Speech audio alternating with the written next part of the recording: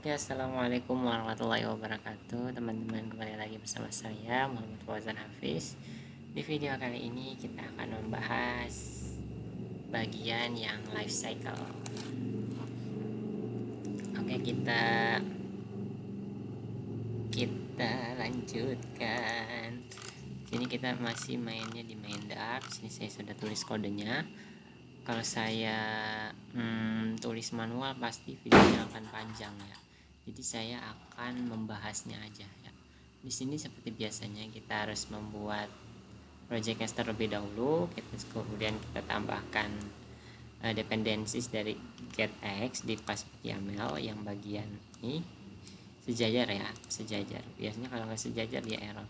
Kemudian importkan getX-nya di sini dengan package get/get.dart. Nah, di sini pertama kita buat kelasnya dulu. Ini root aplikasi pasti menggunakan kelas app extend stateless widget. Yang dimana widget build context. Nah, return get material app. Ini udah defaultnya kayak gini ya. Kemudian home-nya kita buat untuk variable life cycle page gitu ya. Nah, di sini saya sudah menambahkan status widget. Kita kasih comment tag. Jadi untuk bagian yang status widget life cycle-nya itu gimana? Nah, pertama kita buat dulu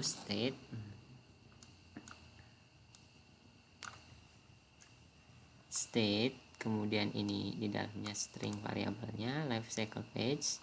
Kemudian kita ingin membuat yang namanya create state ketika awal gitu ya, create state, kemudian life cycle page state.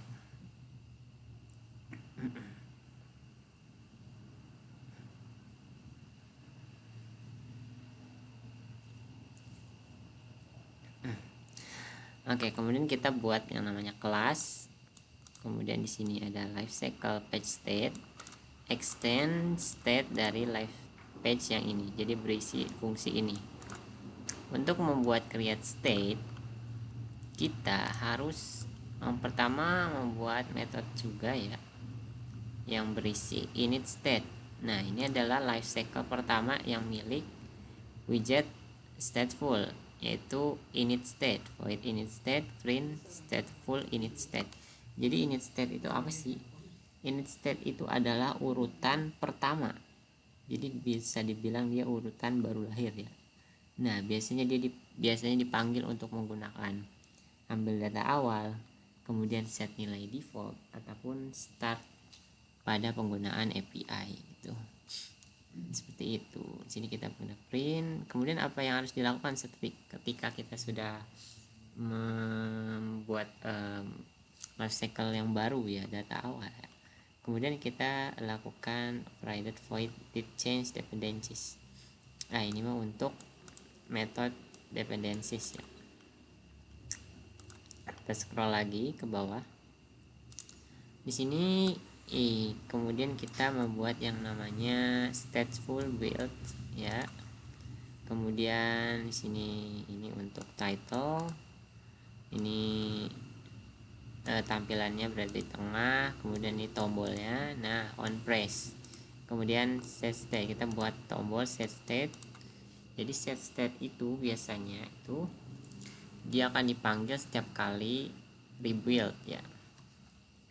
Kayak misalnya ini kan kita build ya. Jadi build itu dia akan selalu membuild ketika di reload ya. Jadi kayak layar berubah itu set state berjalan. Kemudian keyboard muncul, kemudian tampilan yang sudah berubah gitu ya, dia menjalankan set state. Kemudian si set state memanggil build lagi untuk di rebuild lagi ya, rebuild stateful, dia akan merebuild stateful lagi. Kemudian di sini ada void deactive. Void deactive ini untuk dipanggil saat widget dihapus sementara. Ini untuk dihapus sementara aja ya, makanya diaktif. Kalau dihapus seluruhnya kan dia delete ya. Selanjutnya ada yang namanya dispose.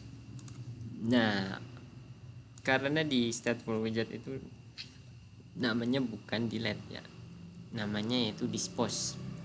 yaitu menggunakan stateful dispose, super dispose. Ini penulisan metodenya. Dipanggil ketika widget benar-benar ingin dihancurkan. Panggil sekali di akhir ya, ketika sudah selesai gitu ya. Kayak misalnya memberhentikan timer, kemudian close stream, kemudian hapus listener gitu. Yang selanjutnya adalah life cycle milik getX controller. Nah, di dalam getX controller ini kita tidak menggunakan widget ya. Jadi dia tuh bisa berdiri sendiri getX-nya. Jadi urutannya dia membuat controller, kemudian baru dijalankan.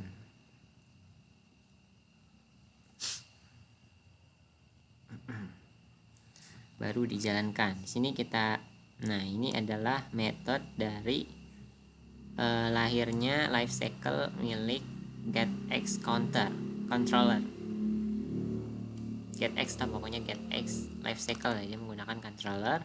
Di sini ada metode pertamanya onInit. Nah ini onInit untuk memulai seperti mulai data, inisiasi data, kemudian menjalankan set rx variable seperti yang sebelumnya sudah dijelaskan. Set rx itu adalah bagian dari getX ya, bisa set rx, bisa di belakangnya dia menggunakan OBS di value nilainya.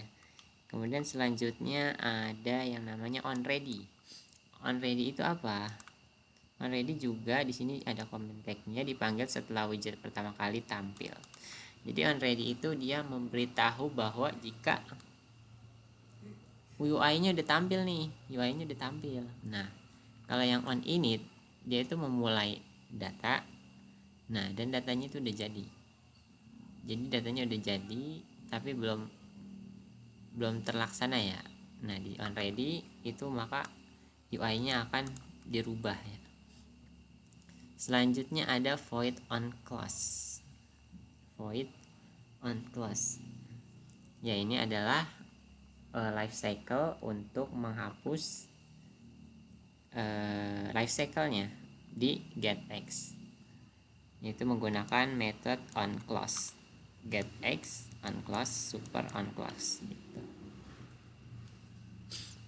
Nah, jadi kalau yang di stateful widget itu menggunakan dispose, sedangkan untuk getX-nya itu menggunakan on clause.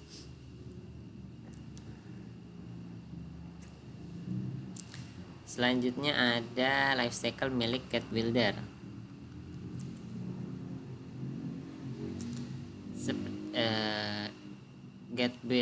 getBuilder itu dia bukan reaktif otomatis seperti OBX. Jadi dia itu life cycle-nya mungkin paling dikit ya. Jadi dia life cycle-nya berubah ketika dia dipanggil menggunakan update.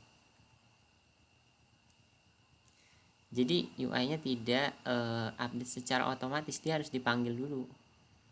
Seperti di video sebelumnya kita menggunakan Unicode ya untuk mengubah update itu ya. Tapi mengubah getBuilder, metode getBuilder untuk mengubah UI-nya yaitu menggunakan Unicode yang menggunakan update.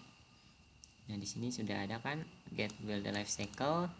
Kemudian ini controller manggil di atas, kemudian init juga menggunakan init, kemudian di sini builder ya, karena menggunakan builder. Nah, di sini on press-nya kita gunakan controller update. Yang tadi di atas sudah kita buat.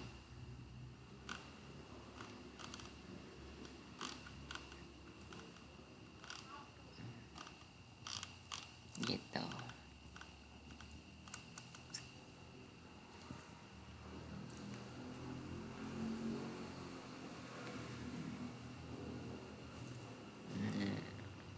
Jadi yang dispose itu milik widget, jadi bawaannya Flutter, sedangkan untuk yang on clause untuk menghapus lifecycle, dispose juga menghapus lifecycle,